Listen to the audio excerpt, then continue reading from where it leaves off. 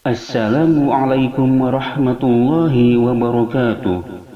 Kali ini kita akan jelaskan prinsip-prinsip dan praktik ekonomi dalam Islam, dikenal dengan muamalah. Manusia dijadikan Allah Subhanahu wa Ta'ala sebagai makhluk sosial yang saling membutuhkan antara satu dengan yang lainnya. Untuk memenuhi kebutuhan hidupnya, manusia harus berusaha mencari karunia Allah Subhanahu wa Ta'ala yang ada di muka bumi ini sebagai sumber ekonomi.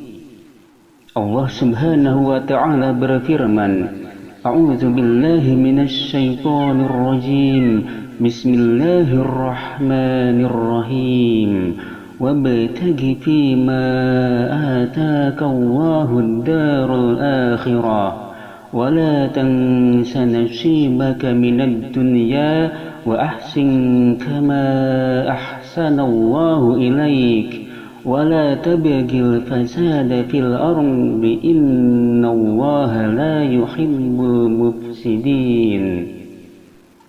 Dan carilah pada apa yang telah dianugerahkan Allah kepadamu, yaitu kebahagiaan negeri akhirat. Dan janganlah kamu melupakan bagianmu dari kenikmatan duniawi, dan berbuat baiklah kepada orang lain sebagaimana Allah telah berbuat baik kepadamu, dan janganlah kamu berbuat keruksakan di muka bumi. Sesungguhnya Allah tidak menyukai orang-orang yang berbuat keruksakan. Quran Surat Al-Qasas ayat 77. Muamalah dalam ilmu ekonomi Islam memiliki makna hukum yang bertalian dengan harta, hak milik, perjanjian, jual beli, utang piutang, sewa menyewa, pinjam meminjam, dan semacamnya. Juga hukum yang mengatur keuangan serta segala hal yang merupakan hubungan manusia dengan sesamanya, baik secara individu maupun masyarakat. Tujuannya adalah agar tercapai suatu kehidupan yang tentram, damai, bahagia, dan sejahtera. Adapun transaksi ekonomi dalam Islam antara lain sebagai berikut. Yang pertama, jual beli. Jual beli dalam bahasa Arab terdiri dari dua kata yang mengandung makna berlawanan, yaitu al-bai' yang artinya jual dan asy-syira'a yang artinya beli. Menurut istilah hukum syara, jual beli ialah menukar suatu barang atau uang dengan barang yang lain dengan cara akad atau ijab qabul.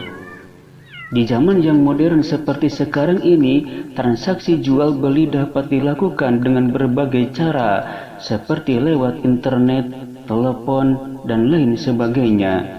Demikian juga sistem pembayarannya bisa lewat cek, surat berharga, dan semacamnya. Allah Subhanahu wa Ta'ala berfirman, A'udzu billahi minasy syaithanir rajim. Bismillahirrahmanirrahim. Wa halallahu al-bai'a wa harrama ar-riba. Dan Allah menghalalkan jual beli dan mengharamkan riba. Surat Al-Baqarah ayat 275. Begitu pula Allah Subhanahu wa Ta'ala berfirman, A'udzu billahi minasy syaithanir rajim.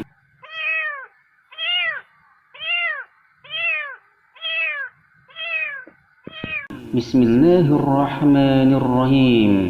Ya ayyuhallazina amanu la ta'kulu amwalakum bainakum bil batil illa an takuna tijaratan an taradin minkum wa la taqtulu anfusakum innallaha kana bikum rahima. Hai orang-orang yang beriman, janganlah kamu saling memakan harta sesamamu dengan jalan yang batil, kecuali dengan jalan perniagaan yang berlaku dengan suka sama suka di antara kamu. Dan janganlah kamu membunuh dirimu, sesungguhnya Allah adalah Maha Penyayang kepadamu. Surat An-Nisa ayat 29. Rasulullah Shallallahu Alaihi Wasallam bersabda, "Afdalul kasbi amalur rajuli biyadihi wa kullu bai'in mabrur." Perolehan yang paling afdal adalah hasil karya tangan seseorang dan jual beli yang mabrur. Adapun rukun jual beli, yang pertama penjual dan pembeli, dengan syarat keduanya, pertama berakal dan dapat membedakan atau dapat memilih. Yang kedua, dengan kehendak sendiri, bukan dipaksa. Perilaku atau sikap yang harus dimiliki oleh penjual dan pembeli. Yang pertama, berlaku benar atau lurus. Berperilaku benar merupakan ruh keimanan dan ciri utama orang yang beriman. Sebaliknya, dusta merupakan perilaku orang munafik. Seorang muslim dituntut untuk berlaku benar seperti dalam jual beli, baik dari segi promosi barang atau penetapan harganya. Oleh karena itu, salah satu karakter pedagang yang terpenting dan diridhoi Allah adalah berlaku benar. Dusta dalam berdagang sangat dicela, terlebih jika diiringi sumpah atas nama Allah Subhanahu wa Ta'ala, sebagaimana sabda Rasulullah Shallallahu Alaihi Wasallam yang artinya sebagai berikut: 4 macam manusia yang dimurkai Allah, yaitu penjual yang suka bersumpah, orang miskin yang congkak, orang tua renta yang berzina, dan pemimpin yang zalim. Hadis riwayat Nasai dan Ibnu Hibban. Yang kedua, menepati amanah. Menepati amanah merupakan sifat yang sangat terpuji. Yang dimaksud amanah adalah mengembalikan hak apa saja kepada pemiliknya. Orang yang tidak melaksanakan amanah dalam Islam sangat dicela. Hal-hal yang harus disampaikan ketika berdagang adalah penjual atau pedagang menjelaskan ciri-ciri, kualitas, dan harga barang dagangannya kepada pembeli tanpa melebih-lebihkannya. Hal itu dimaksudkan agar pembeli tidak merasa tertipu dan dirugikan. Kemudian yang ketiga, jujur. Selain benar dan memegang amanah, seorang pedagang harus berlaku jujur. Kejujuran merupakan salah satu modal yang sangat penting dalam jual beli, karena kejujuran akan menghindarkan diri dari hal-hal yang dapat merugikan salah satu pihak. Sikap jujur dalam hal timbangan, ukuran kualitas, dan kuantitas barang yang diperjualbelikan adalah perintah Allah Subhanahu wa Ta'ala. Allah Subhanahu wa Ta'ala berfirman, "A'udzu billahi minasy syaithanir rajim. Bismillahirrahmanirrahim. Wa ila madyana akhahum Syu'aiba قال يا قوم اعبدوا الله ما لكم من إله غيره قد جاءتكم بينة من ربكم فأوفوا الكيل والميزان ولا تبخسوا الناس أشياءهم ولا تفسدوا في الأرض بعد إصلاحها ذلكم خير لكم إن كنتم مؤمنين." Dan kami telah mengutus kepada penduduk Madian saudara mereka, yaitu Syu'aib. Ia berkata, "Hai kaumku, sembahlah Allah, sekali-kali tidak ada Tuhan bagimu selain Dia. Sesungguhnya telah datang kepadamu bukti yang nyata dari Tuhanmu, maka sempurnakanlah takaran dan timbangan, dan janganlah kamu kurangkan bagi manusia barang-barang takaran dan timbangannya. Dan janganlah kamu membuat kerusakan di muka bumi sesudah Tuhan memperbaikinya. Yang demikian itu lebih baik bagimu jika betul-betul kamu orang-orang yang beriman." Quran Surat Al-A'raf ayat 85. Sikap jujur pedagang dapat dicontohkan seperti dengan menjelaskan cacat barang dagangan, baik yang diketahui maupun yang tidak diketahui. Sabda Nabi Muhammad SAW yang artinya, Muslim itu adalah saudara muslim. Tidak boleh seorang muslim apabila ia berdagang dengan saudaranya dan menemukan cacat kecuali diterangkannya.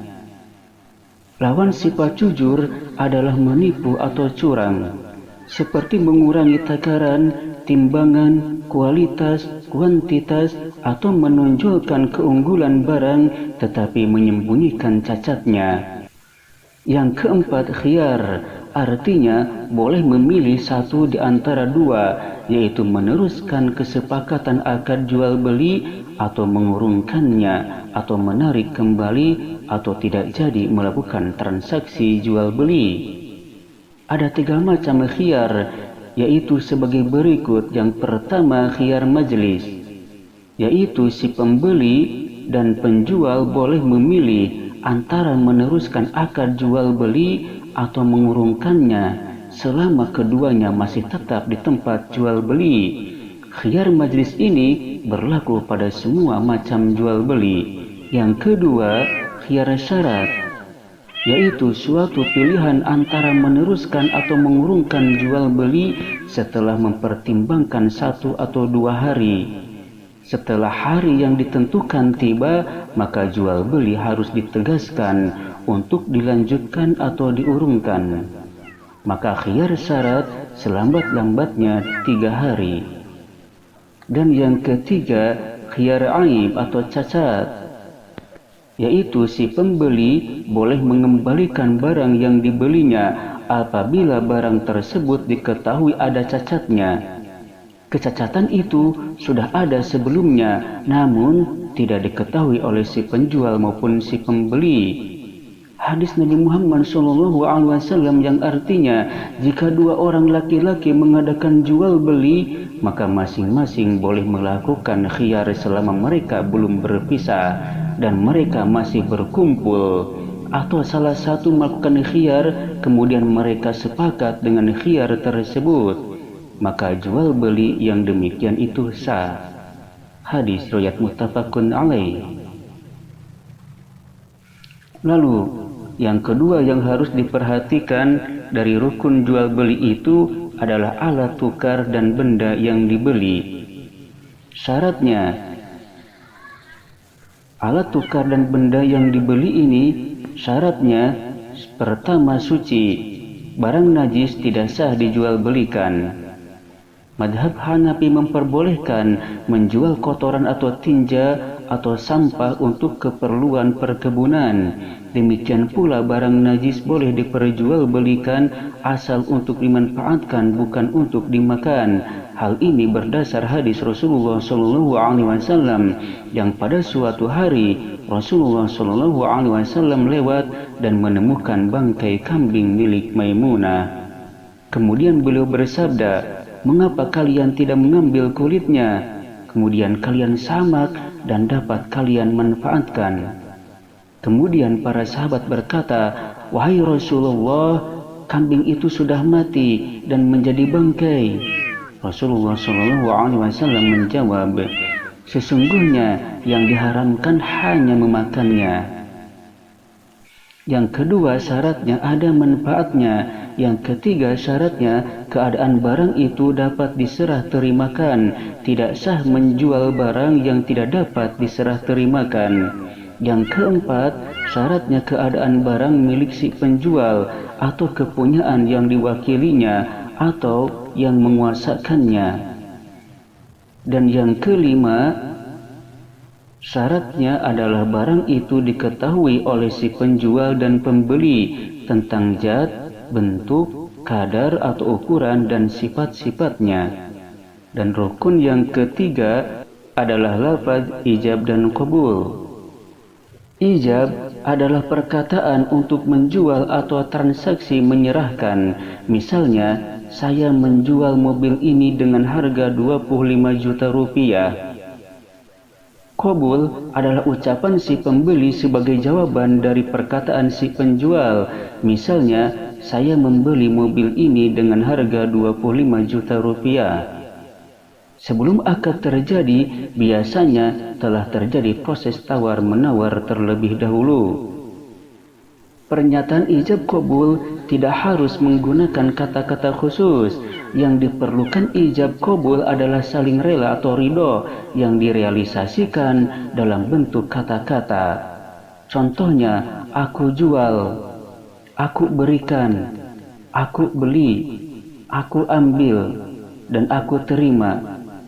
Ijab qabul jual beli juga sah dilakukan dalam bentuk tulisan dengan syarat bahwa kedua belah pihak berjauhan tempat atau orang yang melakukan transaksi itu diwakilkan. Di zaman modern saat ini, jual beli dilakukan dengan cara memesan lewat telepon. Jual beli seperti itu sah saja apabila si pemesan sudah tahu pasti kualitas barang pesanannya dan mempunyai keyakinan tidak ada unsur penipuan.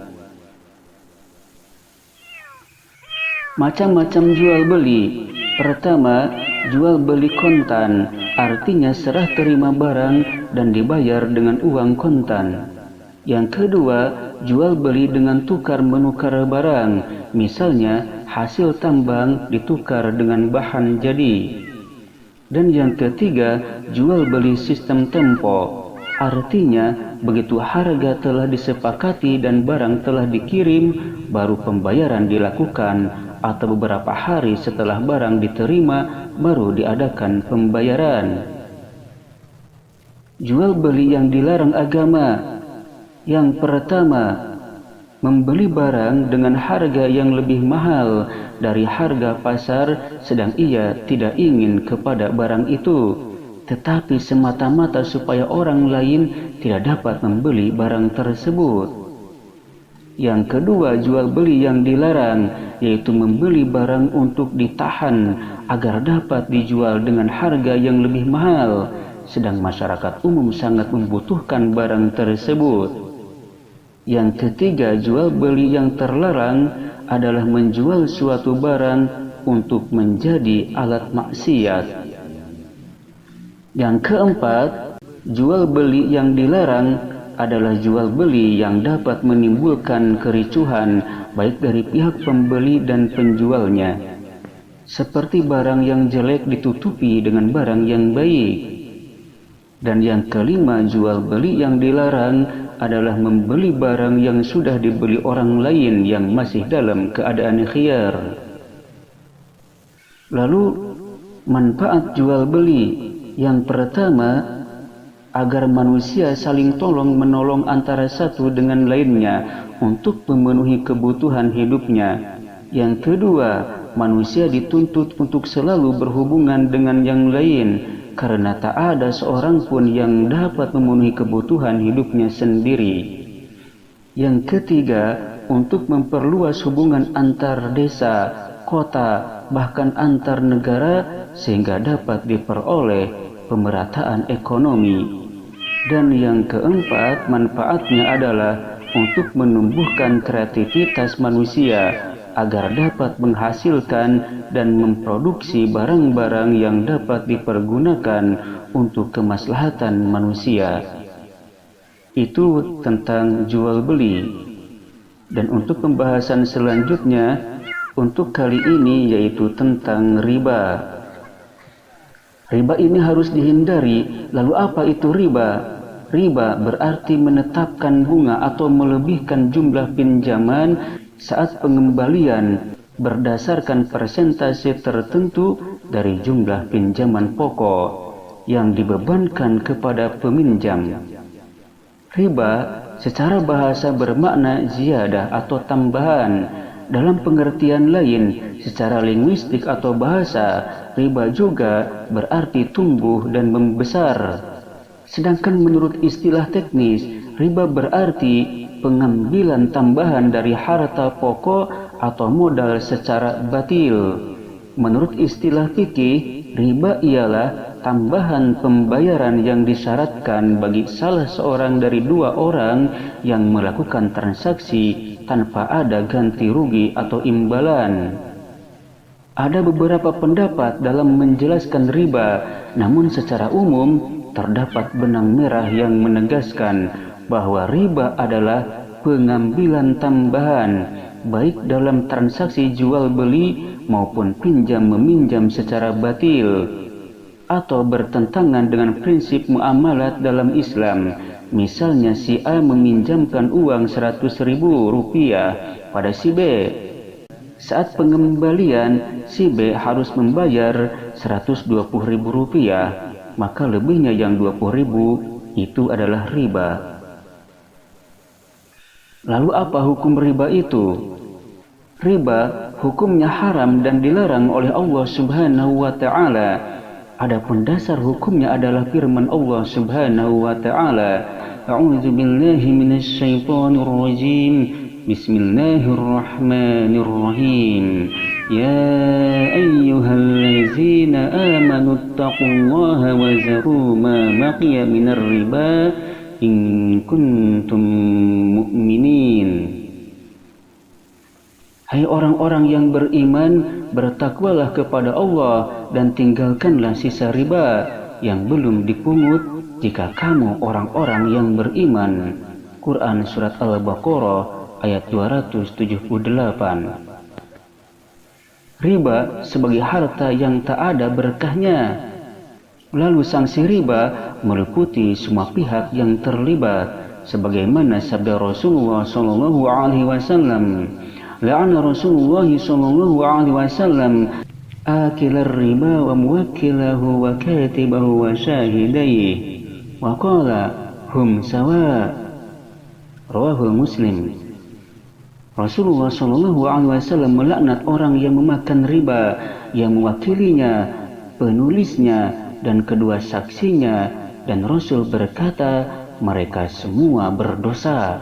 Hadis riwayat Muslim. Lalu, apa saja macam-macam riba itu? Yang pertama, riba fadli, yaitu tukar-menukar dua barang sejenis tetapi tidak sama ukurannya. Misalnya, 1 gram emas ditukar dengan 1,5 gram emas, atau 1 kambing besar ditukar dengan 1 kambing kecil. Itu adalah riba fadl. Atau tukar menukar beras dengan beras yang beda takarannya. Kemudian yang kedua, riba kordi, yaitu meminjamkan barang dengan syarat ada keuntungan bagi yang meminjamkan. Misalnya, utang 25.000 rupiah, saat mengembalikan harus ditambah 10% menjadi 27.500 rupiah. Itu adalah riba qard. Lalu yang ketiga, riba nasi'ah. Riba nasi'ah yaitu tambahan yang disyaratkan dari dua orang yang mengutangi sebagai imbalan atas penangguhan atau penundaan utangnya. Misalnya, si A meminjam uang 100.000 rupiah kepada si B dengan perjanjian waktu 1 bulan. Setelah jatuh tempo, si B belum dapat mengembalikan, maka si B harus mengembalikan 125.000 rupiah. Itu adalah riba nasi'ah. Dan yang keempat ada riba iyad, yaitu riba dengan sebab berpisah dari tempat akad jual beli sebelum serah terima antara penjual dan pembeli. Misalnya, seorang membeli 1 kuintal beras, setelah dibayar si penjual langsung pergi sedang berasnya belum ditimbang. Apakah pas atau kurang? Atau juga sama ini adalah riba iyad, misalnya membeli singkong yang masih berada di dalam tanah, atau membeli buah-buahan yang masih berbentuk bunga, karena itu semua belum bisa diserah terimakan. Itu adalah riba iyad. Lalu yang terakhir, kenapa riba ini diharamkan? Sebab-sebab diharamkannya riba, yang pertama, dapat menimbulkan eksploitasi atau pemerasan oleh pemegang modal besar atau orang kaya kepada orang yang terdesak ekonominya. Yang kedua, dapat menciptakan dan mempertajam jurang pemisah antara si kaya dan si miskin. Yang ketiga, dapat menimbulkan sifat rakus dan tamak yang mengakibatkan orang tidak mampu bertambah berat bebannya. Dan yang keempat, dapat memutuskan tali persaudaraan terhadap sesama muslim karena menghilangkan rasa tolong-menolong. Itulah bahayanya riba yang harus kita hindari dan jauhi. Begitulah yang dapat dijelaskan pada kesempatan kali ini, yaitu tentang jual beli dan riba. Mudah-mudahan dapat menambah wawasan dan menjadi ilmu yang bermanfaat. Akhirul kalam, wassalamualaikum warahmatullahi wabarakatuh.